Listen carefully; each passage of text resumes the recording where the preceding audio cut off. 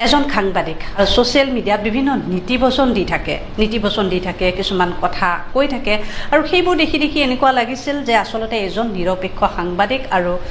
সকলো জাতি জনগোষ্ঠীক ভাল পোৱা এজন মানুহৰ লগৰ মানুহ সেইভাবে ভাবিছিলোঁ যে ল'ৰাটো ভাল আৰু সেইকাৰণে ভাল পাইছিলোঁ সাপোৰ্ট কৰিছিলোঁ কিন্তু আজি কিছুদিনৰ পৰা এই সাংবাদিক গৰাকীৰ আৰৰ মুখখন সলনি হৈছে আপোনালোকে হয়তো ধৰিব পাৰিছে যদি ধৰিব পৰা নাই মই আপোনালোকক সহজ কৰি দিছোঁ তেওঁ আজি কেইদিনমানৰ পৰা কেৱল এটা নিৰ্দিষ্ট জাতি আৰু ধৰ্মক টাৰ্গেট কৰি কথা কৈ থাকে আজি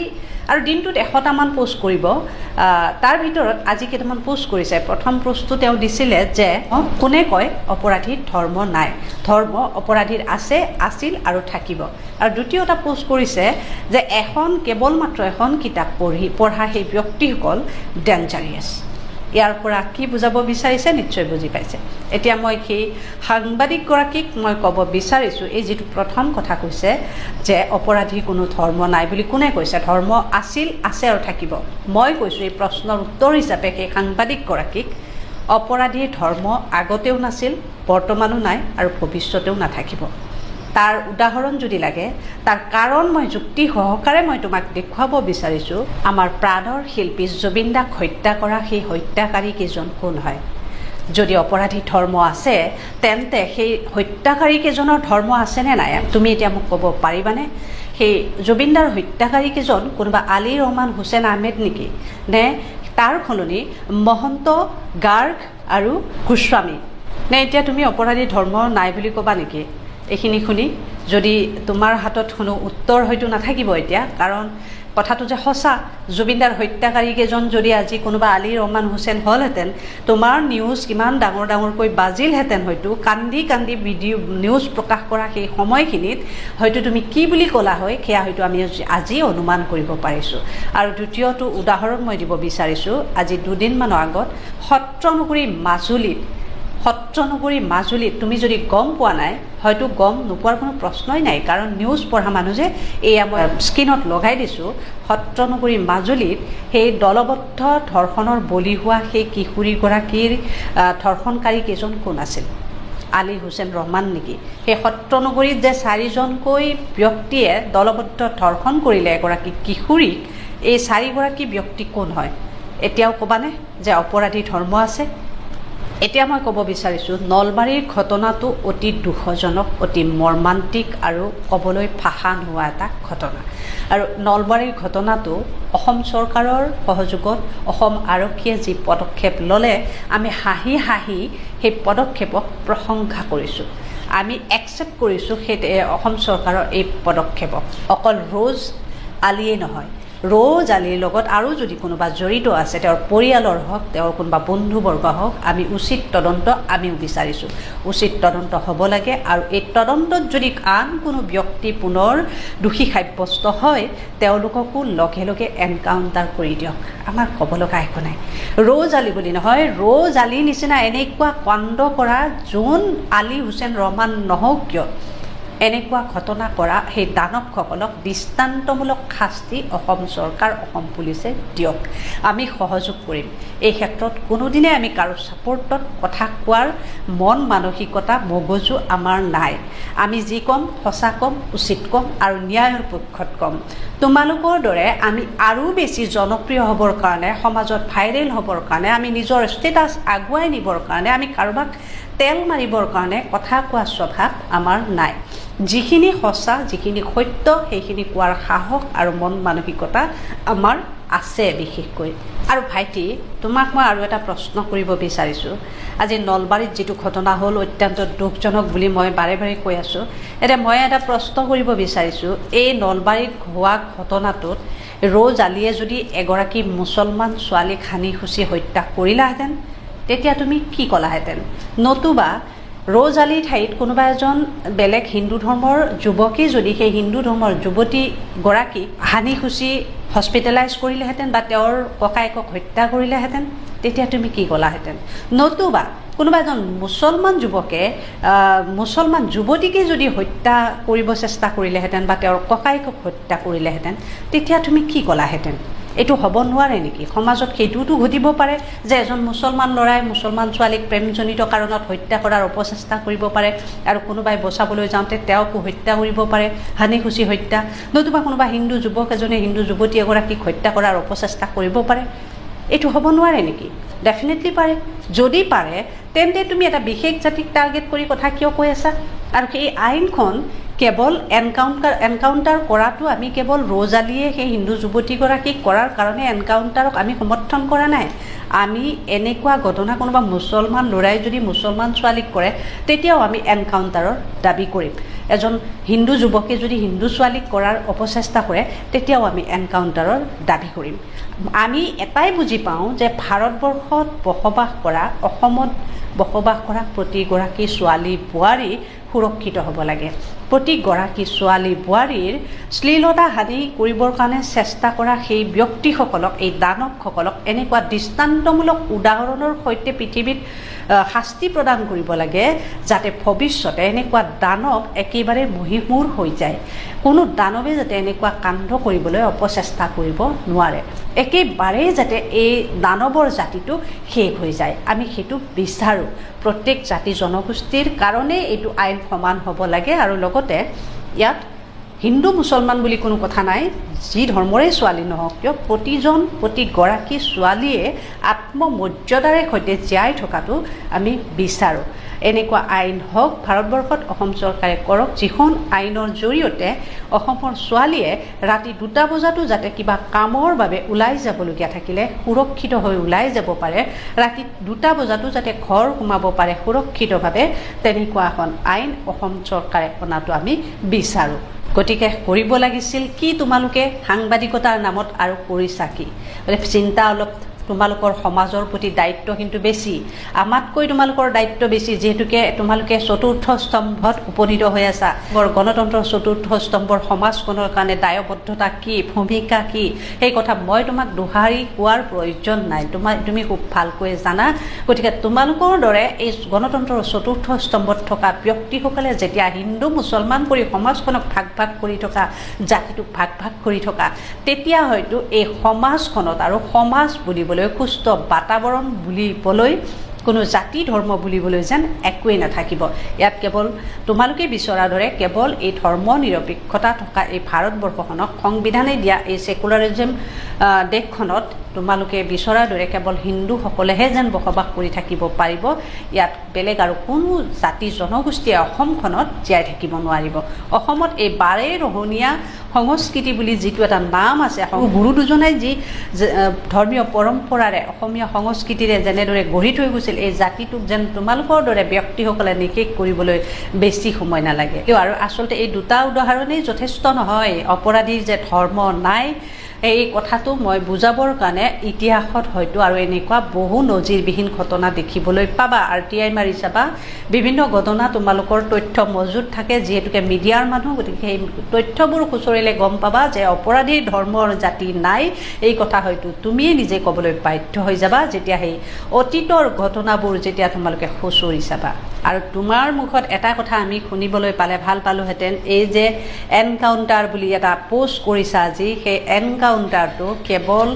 গৰু চোৰ এনেকুৱা সৰু সৰু মানুহৰ ক্ষেত্ৰত এনকাউণ্টাৰ যে হয়, তুমি সেই এনকাউণ্টাৰটো জুবিনদাৰ হত্যাকাৰীৰ কেইজনৰ ক্ষেত্ৰত কিমান দিন দাবী কৰিছা? কোনোবা এটা ভিডিঅ' ক্লিপ দেখুৱাব পাৰিবানে? তোমাৰ নিউজৰ কোনোবা এটা টাইটেলত দেখুৱাব পাৰিবানে তুমি যে জুবিন গাৰ্গক হত্যা কৰা সেই ব্যক্তিসকলক তুমি এনকাউণ্টাৰ বিচাৰিছা? কোনোদিনেই তোমাৰ মুখত সেই মাত মতা একাষাৰ কথা আমি শুনা নাপালোঁ। কিন্তু আজি তোমাৰ ফেচবুকৰ মূল পেজত কেৱল এনকাউণ্টাৰ বুলি এটা শব্দ লিখি তুমি পোষ্ট কৰিছা। মনত ৰাখিবা, সময়ে কিন্তু কাকো শুদাই নেৰে, যি কৰিবা সেয়ে ভুগিবা, জুই খালে এঙাৰে ওলাব। এতিয়া নলবাৰীৰ ঘটনাৰ আসামিক কৰা হ'ল এনকাউণ্টাৰ। অসমবাসী ৰাইজ সুখী। ৰ'জ আলী উৰফে Asif is no more in this world and he was encountered. দ্বিতীয় ছয়গাঁৱৰ যিটো আসামী আছিলে, আলী ৰহমান নে কি আছিলে মই গম নাপাওঁ, তেওঁকো এনকাউণ্টাৰ কৰা হৈছে। কিন্তু মাজুলীত সমান্তৰালভাৱে 12 বছৰীয়া এজনী সৰু ছোৱালী 12 বছৰীয়া ছোৱালী, কেন ইউ জাষ্ট আণ্ডাৰষ্টেণ্ড কিমান সৰু ছোৱালী? 12 বছৰীয়া ছোৱালী, 12 বছৰীয়া ছোৱালীক 4জনে ধৰ্ষণ কৰিছে, কিন্তু এতিয়ালৈকে এনকাউণ্টাৰৰ খবৰ মই পোৱা নাই। এতিয়া মোৰ মনত উঠা প্ৰশ্নটো মই সুধিবলৈ বিচাৰোঁ। প্ৰথমটো প্ৰশ্ন যিটো মোৰ মনত উঠিছে, আলী ৰহমান হোৱাটো ভুল নেকি অসমত? যে এনকাউণ্টাৰ অকল আলী ৰহমানকে হয় নেকি? দাসক নহয় নেকি? দাস, বৰ্মন, ডেকা এইবোৰক এনকাউণ্টাৰ নহয় নেকি? মোৰ প্ৰথমটো প্ৰশ্ন যিটো মাথাত আহিছে, মই নাজানো দে, আই মাইট বি ৰং, মই যিহেতু পগলা, অকণমান পগলা মানুহটো, পগলা প্ৰশ্ন মোৰ মাথাত আহিছে যে আজি আলী ৰহমান হোৱাৰ কাৰণেহে এনকাউণ্টাৰ হৈছে নেকি? দাস বা বৰ্মন বা ডেকা হোৱাৰ কাৰণে এনকাউণ্টাৰ হোৱা নাই নেকি? প্ৰথমটো প্ৰশ্ন মোৰ এইটো আহিছে, নাজানো কাৰ কাৰ মনত আহিছে। মই পগলা হিচাপে মোৰ মনত আহিছে চাগে, maybe I might be like maybe I am mad, maybe somewhere or the other Victor Das is mad. Ali Rahman হোৱাটো অসমত পাপ নেকি? মই যেতিয়া সৰু আছিলোঁ, মই কিন্তু টিফিন বক্সটো যেতিয়া খুলিছিলে তেতিয়া মই চোৱা নাছিলোঁ আলীৰ টিফিন খাইছোঁ নে মই ৰহমানৰ টিফিন খাইছোঁ। তে আজি ডাঙৰ হওঁতে আমাৰ মাজত সোমাই দিয়া সেই হিন্দু মুছলমানৰ বিষটোৱে কেনেকৈ প্ৰশ্ৰয় ল'বলৈ পালে যদি আপোনালোকে তাক জাগা নিদিয়ে? সমগ্ৰ অসমৰ দুষ্কৃতিকাৰীসকলে নলবাৰীৰ আজিৰ ঘটনাটো আজীৱন মনত ৰখা উচিত। মৃত্যু কাৰোবাৰ কাৰণে সুখ আৰু শান্তিৰ কাৰণ হ'ব পাৰে। গতিকে অসম আৰক্ষীক ধন্যবাদ জনাইছো, বিশেষ ধন্যবাদ জনাইছো নলবাৰী জিলাৰ আৰক্ষী অধীক্ষক প্ৰমুখে, যিসকলে গোটেই বিষয়টো অনুসন্ধান কৰি এই যে নৃশংস জঘন্য হত্যাকাণ্ড কৰাৰ পিছত আত্মগোপন কৰি থকা ঠাইৰ পৰা উলিয়াই আনিলে ৰজ আলীক, আৰু ৰজ আলীয়ে পলাবলৈ কৰা অপচেষ্টাৰ সময়তে যি এনকাউণ্টাৰ কৰিলে তাৰ কাৰণে ধন্যবাদ। কাৰণ এয়া সমগ্ৰ অসমবাসীৰ বাবে উদাহৰণ হিচাপে পৰিণত হোৱা উচিত। আনহাতে আৰু ধন্যবাদ জনাইছো যিহেতুকে বিষয়টো অন্যফালে একাংশ লোকে লৈ যোৱাৰ পূৰ্বে ঘটনাটো শেষ কৰি পেলালে। আছু কৰ্মী মাধুৰ্য বৰ্মনক নৃশংসভাৱে হত্যা কৰা এই নৰপিশাচটোৰ শাস্তি এয়াই হোৱা উচিত, আৰু অসমবাসীয়ে এয়াই বিচাৰিছিল। এনেকুৱা ঘটনা কেৱল আজিয়ে নহয়,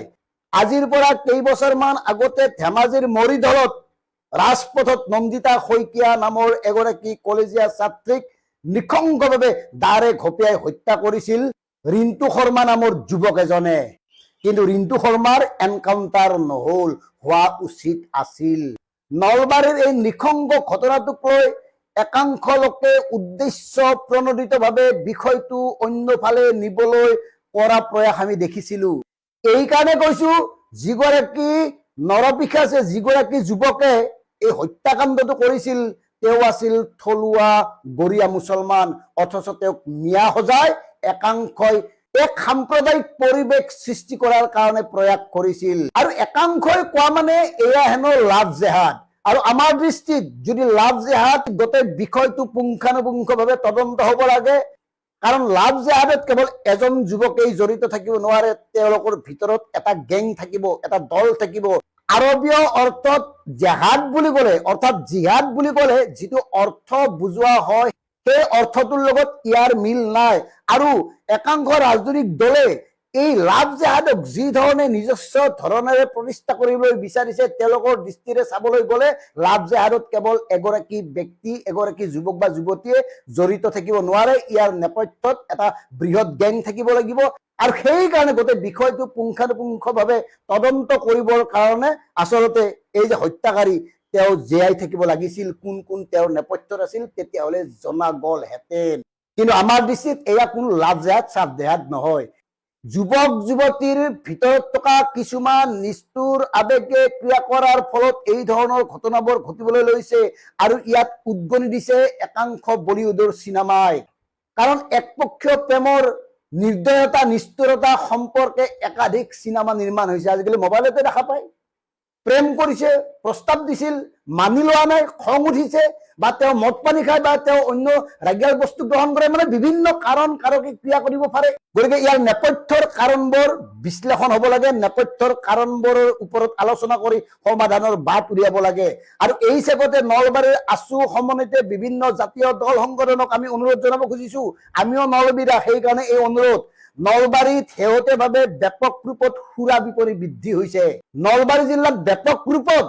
ড্ৰাগছৰ প্ৰচলন বৃদ্ধি পাইছে, ড্ৰাগছৰ কবলত অসংখ্য যুৱক যুৱতী, গতিকে ইয়াৰ পৰা কেনেকে তেওঁলোকক উদ্ধাৰ কৰিব পাৰি তাৰ এটা প্ৰেক্টিকেল কিবা সিদ্ধান্ত কিবা সমাধান উলিওৱা উচিত আৰু এই ক্ষেত্ৰত আপোনালোকৰ দায়িত্ব আছে। অৱশ্যে এই ঘটনাটো যে ড্ৰাগছৰ লগত জড়িত সেই কথাটো আমি ক'ব খোজা নাই, কিন্তু আমি ক'ব খোজা কথাটো হ'ল নলবাৰী জিলাৰ পৰিৱেশটো এতিয়া আৰু আগৰ দৰে ভাল হৈ থকা নাই, লাহে লাহে বেয়া হ'বলৈ আৰম্ভ কৰিছে। গতিকে কোন হিন্দু কোন মুছলমান এইবোৰ বাজ বিচাৰ নকৰাকৈ নলবাৰীক সকলো ফালৰ পৰা নিৰাপদ কৰি তুলিবৰ কাৰণে নলবাৰীৰ ড্ৰাগছ আৰু সুৰাৰ অবাধ প্ৰচলন বন্ধ কৰিব লাগিব। শেষত আমাৰ ডিকেবি ফেক্টৰ শিক্ষিত ইছলাম ধৰ্মী ভাই বন্ধুসকলক অনুৰোধ কৰিব খুজিছো, এই যে ঘটনাবোৰ ঘটে এই ঘটনাবোৰত কিয় অধিক সংখ্যক ইছলাম ধৰ্মী লোকৰ নাম সাঙুৰ খাই পৰে। আমি এই ঘটনাটো সম্পৰ্কত এগৰাকী নলবাৰীৰ সাংবাদিকৰ লগত আলোচনা কৰাৰ সময়ত আমাক কৈছিল ইহঁতবোৰৰ বেছি হৈছে। এই যে ইহঁতবোৰৰ বেছি হৈছে তাৰ কাৰণ কি? এই ইহঁতবোৰ বুলি যে আপোনালোকক বুজোৱা হৈছে আৰু এই ইহঁতবোৰ মানে যে আপোনালোকে আটাইতকৈ নৃশংস কামবোৰ কৰিব পাৰে সেয়াটো সত্য। যদি তুলনামূলকভাৱে চোৱা হয় অন্য জাতি ধৰ্মৰ লোকতকৈ আপোনালোকৰ ধৰ্মৰ লোকে অধিক এনেকুৱা ধৰণৰ নৃশংস কামত জড়িত হৈ থাকে, চুৰ ডকাইত হত্যা যিয়েই নহওক অধিকাংশ ইছলাম ধৰ্মী লোক। গতিকে সেইকাৰণে এনেকে ক'বলৈ মানুহে আজিকালি সুযোগ পায় যে ইহঁতৰ বেছি। কিয় বেছি এই কথাবোৰ কিন্তু ইছলাম ধৰ্মৰ শিক্ষিত যুৱক যুৱতীসকলে পৰ্যালোচনা কৰি ইয়াৰ সমাধান সূত্ৰ উলিওৱা উচিত। নহলে হিন্দু মুছলমানৰ নামত যি ৰাজনীতি হৈ আছে এই ৰাজনীতি কৰা লোকসকলৰ ল'ৰা ছোৱালীয়ে কোনোদিন এইবোৰ কামত জড়িত নাথাকে। কথাবোৰ মনত ৰাখিব। ধন্যবাদ। জয় অসম। এতিয়ালৈকে খবৰ পোৱা মতে ৰ'জ আলীক এনকাউণ্টাৰ কৰিছে, খুব ভাল কথা। কাশ প্ৰত্যেকজন হত্যাকাৰীক আৰু ৰেপিষ্টক যদি এনেকৈ যদি এনকাউণ্টাৰ কৰে তেনেহ'লে আমাৰ অসমখনত ক্ৰাইম কৰিবৰ কাৰণে 10 বাৰ অপৰাধীয়ে ভাবিব লাগিব। তো সেইটো কাৰণে এই এনকাউণ্টাৰ যাতে চাহে হিন্দু হওক চাহে মুছলিম হওক চাহে যিয়ে ধৰ্ম নহওক এইটো যাতে জাৰি ৰাখে, কণ্টিনিউ কৰিলেই হয়, কণ্টিনিউ যাতে কৰিব লাগে আমাৰ অসম পুলিচে, তেতিয়াহে চাগে আমাৰ অসমখনত অকণমান শান্তি হ'ব। কাৰণ অপৰাধীত কোনো ধৰ্ম নাই, অপৰাধীয়ে হয়, যোনেই নহওক। খুব ভাল কৰিছে, অসম পুলিচক চেলিউট। এনেকুৱাই কৰিব লাগে, হৰ অপৰাধীক এনেকৈ ডাইৰেক্টলি কোনো চাজা দিব নালাগে। জেলত ভৰাই পেলাই চাজা দি আহিব, আকৌ সাহস বাঢ়িব, কিন্তু তাৰ পৰিণাম লগালগ যদি কৰে নহয় 10 বাৰ ভাবিব। অপৰাধ কৰাবিলাকে অপৰাধ কৰাৰ আগত 10 বাৰ ভাবিব এইটো কৰিব নালাগে, ৰেপিষ্ট হওক ইয়া হত্যাকাৰী হওক, যোনেই নহওক। বাছ আকৌ এবাৰ ক'ম, আছাম পুলিচ চেলিউট। আমি সকলোৱে জানো যে আমাৰ মুখ্যমন্ত্ৰী ডক্টৰ হিমন্ত বিশ্ব শৰ্মা ডাঙৰীয়া এজন সৰবজান ব্যক্তি হয়, কাৰণ তেখেতে কোনটো বিধানসভা সমষ্টিত কোনজন প্ৰাৰ্থীয়ে কিমান ভোটত বিজয়ী হ'ব সকলো কথা জানে আৰু তেখেতে আগতীয়াকৈ সকলো কথাবোৰ কৈ দিব পাৰে। গতিকে তেনেস্থলত অসম বিধানসভা সচিবালয়ত ঘটি থকা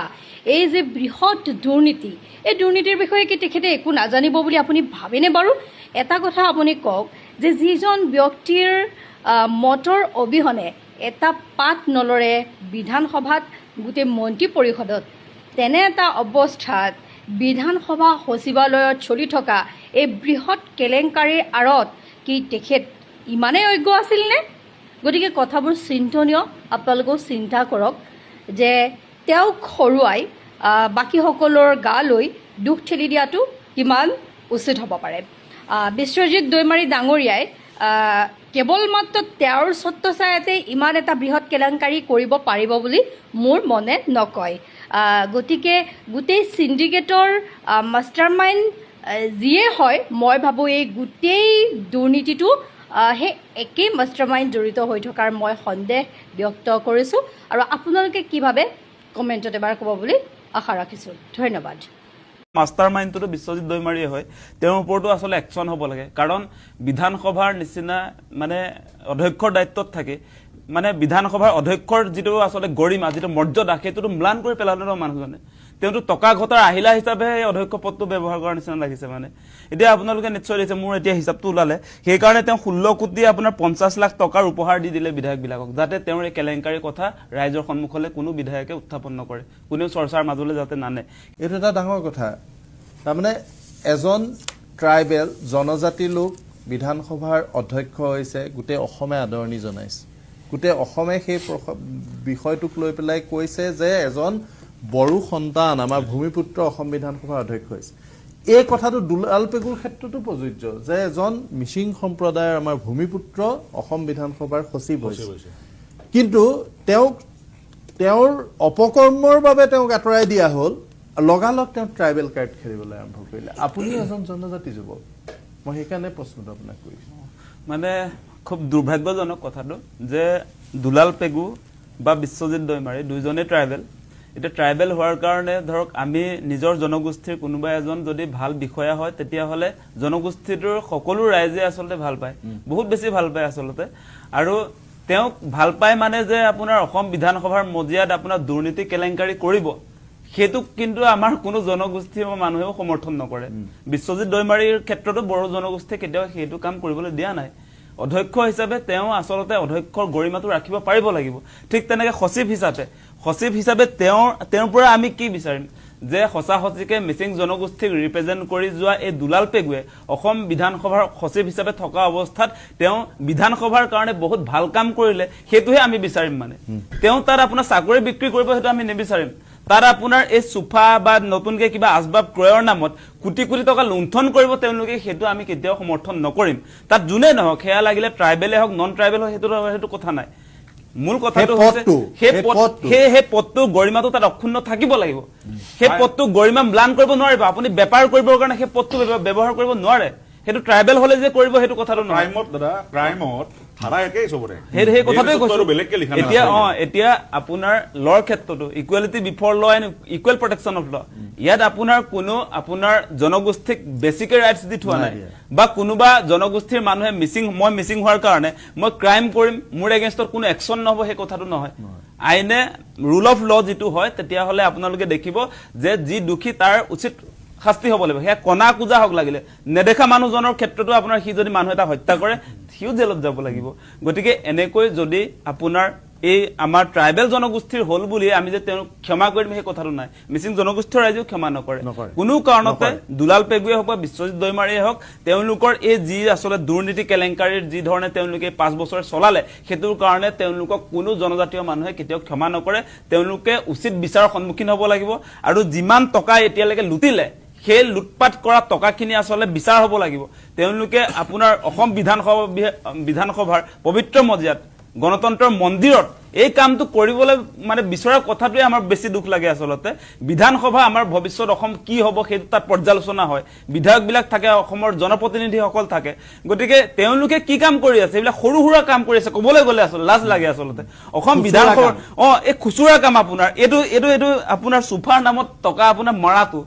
আপোনাৰ হে ভাতৰ নামত যে টকা মাৰিছে সেই কথাটো মানে কি বিধানসভা অধ্যক্ষৰ কাম নেকি মোৰ হেতুত মানে আপত্তি হৈছে আৰু খুব বেছি লজ্জা অনুভৱ কৰিছো আসলতে সেইটো সাধাৰণ মানুহে কৰিব সেই বিধানসভা অধ্যক্ষ হ'ব নালাগে সেইটো সেই পদটোৰ গৰিমাটো অক্ষুণ্ণ থাকিব লাগে বিধানসভা অধ্যক্ষ হিচাপে এই কথাটো এই মৌলিক কথাটোৱে যদি বুজি নাপায় তেওঁ কেনেকৈ বিধানসভা অধ্যক্ষ হ'লে এই কথাটোৱে আমি বুজি পোৱা নাই গণতন্ত্ৰৰ মন্দিৰত যদি আজি দুৰ্নীতি কেলেংকাৰীয়ে এনেকুৱা এটা পৰ্যায় অতিক্ৰম কৰে তেনেহ'লে ভৱিষ্যত সময়ত আচলতে এই হাউচটো কেনেকুৱা হ'ব নিজৰ ইচ্ছামতে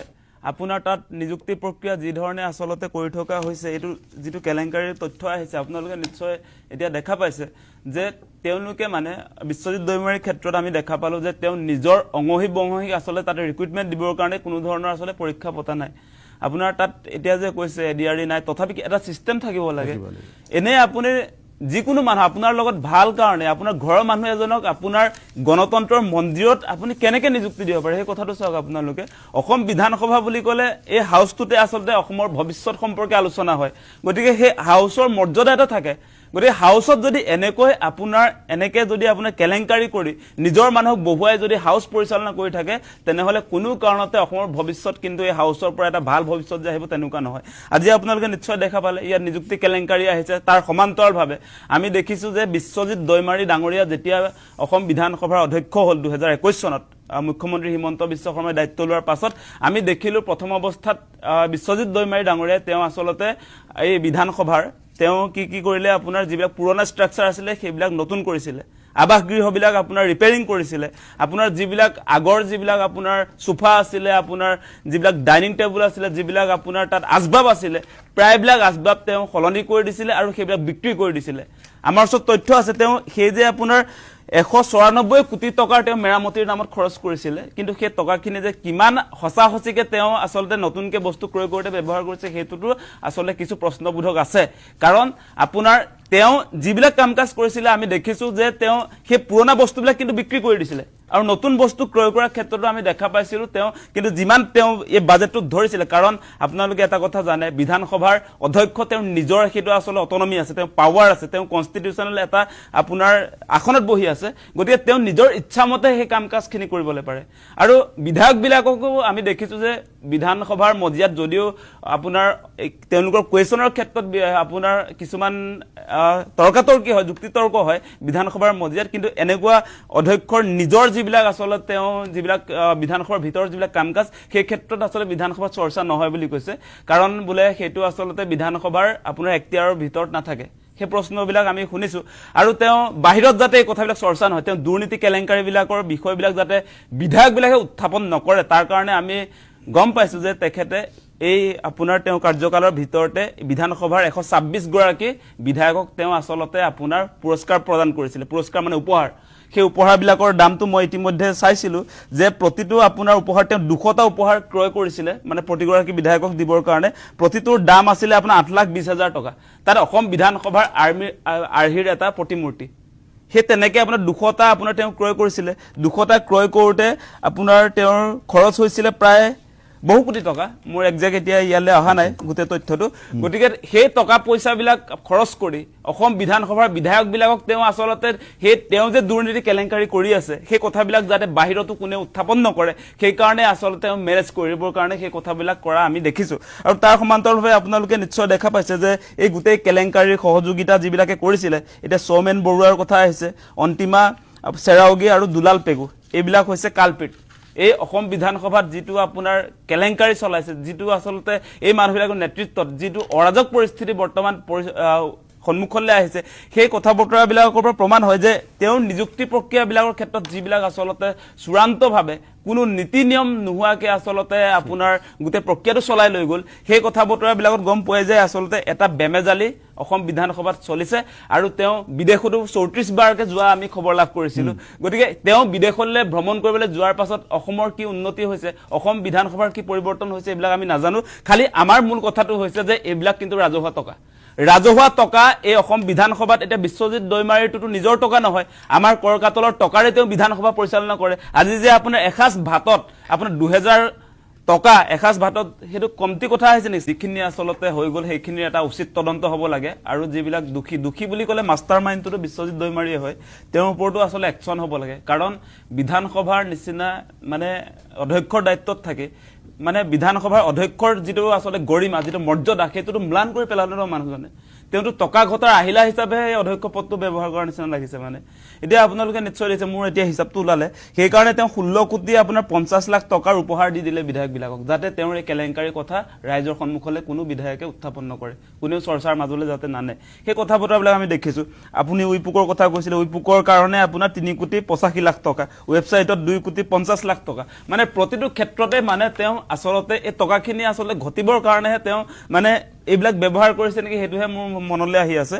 আৰু আপোনাৰ তেওঁ যেতিয়া 2021 চনত আপোনাৰ অধ্যক্ষৰ দায়িত্ব ল'লে তেতিয়া 121টা চাকৰি তেওঁ মকৰালৰ কাৰণে নিযুক্তি দিবৰ কাৰণে যেতিয়া তেওঁ হেৰি কৰিছিলে তেতিয়া আমি দেখিছোঁ যে তেওঁ যে বড়ো সম্প্ৰদায়ক ৰিপ্ৰেজেণ্ট কৰিছে আমি দেখিছোঁ 31টা বড়ো সম্প্ৰদায়ৰ চাকৰি আপোনাৰ তেওঁ দি দিছে কিন্তু তাততো কোনো পৰীক্ষা নাই কোনো বিজ্ঞাপনৰ ব্যৱস্থা নাই কোনো চিষ্টেমেই নাই আচলতে আমি আশা কৰিম যে এতিয়াৰ পৰা অন্ততঃ বিধানসভাৰ যিবিলাক আচলতে আপোনাৰ মকৰল হ'বলগীয়া যিবিলাক নিযুক্তি থাকিব সেইবিলাক আচলতে নতুনকৈ এতিয়া আগৰবিলাক আচলতে খেদিবহে লাগে কাৰণ তেওঁলোকে চিষ্টেমৰ জৰিয়তে যোৱা নাই ছাটাই কৰিব লাগে নতুনকৈ তাৰ আচলতে নিযুক্তি দিব লাগিব প্ৰমোচন প্ৰমোচন পাই এতিয়া সেইবিলাকে আকৌ লুটপাট কৰিব এতিয়া এই যে আপোনাৰ দুলাল পেগুহেঁতিত যিবিলাক লুটপাট কৰিলে সৌমান বৰুৱা এই মানুহবিলাকে যেনেকে লুটপাট কৰিছে এই সময়ছোৱাত একেটা এতিয়া যে আপোনাৰ নতুনকে 21 চনৰ পৰা এই 26 চনলৈকে যিখিনি নতুনকে মকৰল কৰিলে সেই মানুহখিনিক যদি ছাটাই কৰা নাযায় এই মানুহবিলাকেও পুনৰ সেই বিধানসভাটো আপোনাৰ কেনেকুৱা বৰবাদ কৰি পেলাব আপোনালোকে এই উদাহৰণবিলাক পাইছে সন্মুখলৈ আহিছে গোটেই কথা বতৰাবিলাক গতিকে আমি এইটো পবিত্ৰ বিধানসভাৰ মজিয়াত এনেকুৱা ধৰণে আচলতে দুৰ্নীতি কেলেংকাৰীত আচলতে তাত মজগুল হৈ থকা এই বিষয়টো কোনো কাৰণতে সমৰ্থন কৰিব নোৱাৰো ৰঞ্জিত দাস ডাঙৰীয়া আপুনি অতি শীঘ্ৰে আচলতে যি ব্যৱস্থাপনা হাতত লৈছে ইয়াৰ সমাধান লাগিব ভৱিষ্যতত যাতে বিধানসভা এনেকুৱা ধৰণে দুৰ্নীতি কেলেংকাৰীত কেতিয়াও যাতে আপোনাৰ মজগুল হৈ নাথাকে তাৰ কাৰণে বিহিত ব্যৱস্থা গ্ৰহণ কৰিবৰ কাৰণে আমি দাবী উত্থাপন কৰিছোঁ কাৰোবাৰ খবৰ আছেনে এটা মই কথা আপোনালোকক কৈ দিওঁ গেছো হৈ গ'ল চাউলো হৈ গ'ল দালিও হৈ গ'ল নিমখো হৈ গ'ল চেনিও হৈ গ'ল আৰু আগন্তুক জুন মাহৰ পৰা আপোনাৰ দালি চেনি নিমখ সকলো 3টা বন্ধও হৈ গ'ল অনিষ্টকাললৈ এতিয়া আপোনালোকে প্ৰতিবাদ কৰিব নোলায় নেকি হা নিৰ্বাচনৰ পূৰ্বে যেনেধৰণে আপোনালোকে সমৰ্থন কৰিছিলে ভাৰতীয় জনতা পাৰ্টিক এতিয়া আপোনালোকে প্ৰতিবাদ নকৰে নেকি নকৰে আপোনালোক কিয় সেইকাৰণে যে আপোনালোকক গোবৰ ভক্ত বুলি আমি কওঁ অন্ধ ভক্ত এনে আপোনালোকক কোৱা নাযায় অসমখন ডুবি যাব অসমখন লুটিপুটি খাই যাব কিন্তু আপোনালোকে মাত নামাতে এতিয়া মাতক প্ৰতিবাদ কৰক কৰিব আপোনালোকে কোনদিনা গম পায় সেইটো মই আপোনালোকক কৈ দিছোঁ যোনদিনা আপোনালোকে অৰুণোদয় সংকটত পৰিব অৰুণোদয় আঁচনি সেইদিনা চাই আপোনালোক ওলাই আহিব মেখেলা দাঙি আকৌ প্ৰতিবাদ কৰিবলৈ মানে একদম মোৰ বেয়া লাগিছে আৰু আপোনালোকক অকণমান চকুৰ মেলি চাওক গোটেই অসমখনত গোটেই আপোনাৰ চাৰিওদিশে কি চলি আছে বৰ্তমানৰ সময়ত চৰকাৰ গঠন হোৱাৰ পাছৰ পৰা আপোনাৰ অসমত কি পৰিৱৰ্তন হৈছে আপোনালোকে দেখিছেনে বাৰু নাই দেখা যদি মই কৈ দিছোঁ আপোনালোকে ভোট দিছিলে তথাপিও মই কৈ দিছোঁ অসমত কি ঘটনা চলিলে আপোনাৰ নিৰ্বাচনৰ চৰকাৰ গঠনৰ পিছত চকু অলপ মেলি চাওক আপোনালোকে অসমৰ অৱস্থা কি হৈ গৈ আছে মূল্য বৃদ্ধি আপোনাৰ আকাশলংঘী আমাৰ মাথাৰ চুলি আপোনাৰ উঘালি আমি বেছি খাব লাগিব সৰ্বসাধাৰণ জনতাৰ পকেট উদং কৰি দিলে এইখন চৰকাৰে বৰ্তমানৰ সময়ত তথাপিও আপোনালোকৰ চকু খোল খোৱা নাই কিয় যোনদিনা আপোনালোকৰ অৰুণোদয় বিপদত পৰিব সেইদিনাই আমাৰ অসমৰ মহিলাসকলে যোনবিলাক মানে অৰুণোদয় হিতাধিকাৰী সেইদিনাহে আপোনালোকে আকৌ মেখেলা দাঙি আপোনালোকে প্ৰতিবাদ কৰিবলৈ আৰম্ভ কৰিব কিন্তু এতিয়া আপোনালোক নকৰে আপোনাৰ এতিয়া কাৰণ আপোনালোকে হ'ল ব্যক্তিগত আপোনালোকে চিন্তাধাৰা কৰে আপোনালোকে সামাজিক চিন্তাধাৰা আপোনালোকে নকৰে সমাজখন আগবঢ়াটো আপোনালোক নিবিচাৰে আপোনালোক অকল ব্যক্তিগত স্বাৰ্থৰ কাৰণে আপোনালোক ওলাই আহিব সেইটোকে মই ক'লোঁ আৰু বৰ বিশেষ মোক ক'বলৈ আৰু বহুত ইচ্ছা আছে কিন্তু মোক ক'বলৈ মন যায় কিন্তু তথাপিও নাৰীক সন্মান কৰোঁ মহিলাক সন্মান কৰোঁ প্ৰথম কথা আৰু বৰ বেছি নকওঁ শেষত কণ্ঠ মোৰ প্ৰতিক্ৰিয়া আপোনাৰ আৰু সিদ্ধান্ত আপোনালোকৰ জয় আই অসম জয় জুবিন দা জয় ডবুৰ পূজা